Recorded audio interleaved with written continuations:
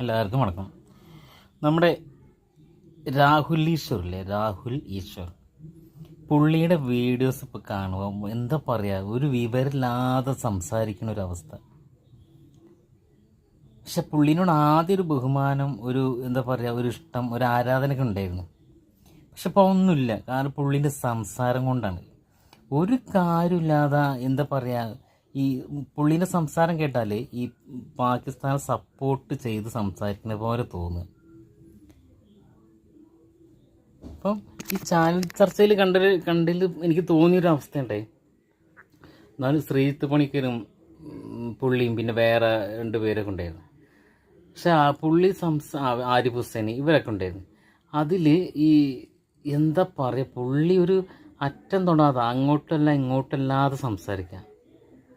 ഇത് ഷാഹിദ് അഫ്രീദി വന്നൊരു സംഭവം ഉണ്ടല്ലോ, എല്ലാവർക്കും അറിയണമാവും. അപ്പോൾ ആ ഒരു സംഭവം ഭയങ്കരമായിട്ട് അത് തെറ്റില്ല അങ്ങോട്ട് ഇങ്ങോട്ട് എന്നൊക്കെ പറഞ്ഞു. കാരണം ഇന്ത്യൻ അത്രയും ഏത് സമയം എപ്പോൾ കിട്ടിയാലും മോശമായിട്ടും തരം താഴ്ത്തി പറയുന്ന ഷാഹിദ് അഫ്രീദി ആ ഇന്ത്യൻ വിദ്യാർത്ഥികളെ ആളെ ചടങ്ങിന് ക്ഷണിച്ച എന്തൊരു ആഭാസത്തിലാണ്. കാരണം ഇത്രയും പ്രശ്നം നടക്കുകയാണ്, എന്താ പറയുക, പാകിസ്ഥാനും ഇന്ത്യയും കൂടെ. അപ്പം അത്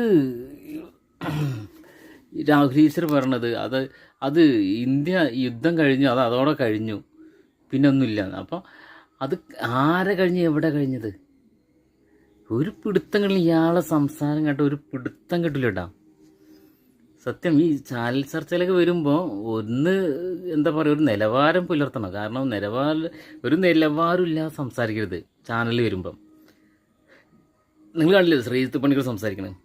പുള്ളിയോടൊക്കെ സംസാരിക്കുമ്പോൾ അത് എല്ലാ കാര്യങ്ങളും പഠിച്ച് ഗ്രഹിച്ചിട്ട് വേണം ശ്രീജിത്ത് പണിക്കരോടൊക്കെ സംസാരിക്കണമെങ്കിൽ. അപ്പോൾ ഒന്നും അറിയാതെ ഇയാൾ വന്ന് സംസാരിക്കണ കഷ്ടട്ടാ രാഹുൽ ഈശ്വർ, കഷ്ടം.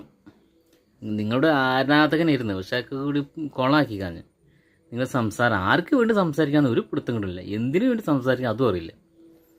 പുള്ളി എന്തൊക്കെയോ പറയാം, ആർക്കും മനസ്സിലാകാത്ത കുറച്ച് കാര്യങ്ങൾ പറയാം. കഷ്ടം. ഇങ്ങനെ ചാനലിൽ എൻ്റെ ഒരു അപേക്ഷ, ഇങ്ങനെ ഒരു ചാനലിൽ വരുമ്പോഴേ എല്ലാ കാര്യങ്ങളും ഗ്രഹിച്ചിട്ട് പറയാം. കാരണം ഇന്ന് എന്താണ് സമ്പാദിക്കുന്നുള്ളതിന് ഇതിൻ്റെ കുറിച്ച് കുറച്ച് കാര്യം ഗ്രഹിച്ചിട്ട് ചാനൽ ചർച്ചയിൽ വരിക എൻ്റെ ഒരു അപേക്ഷയാണ്. കഷ്ടം.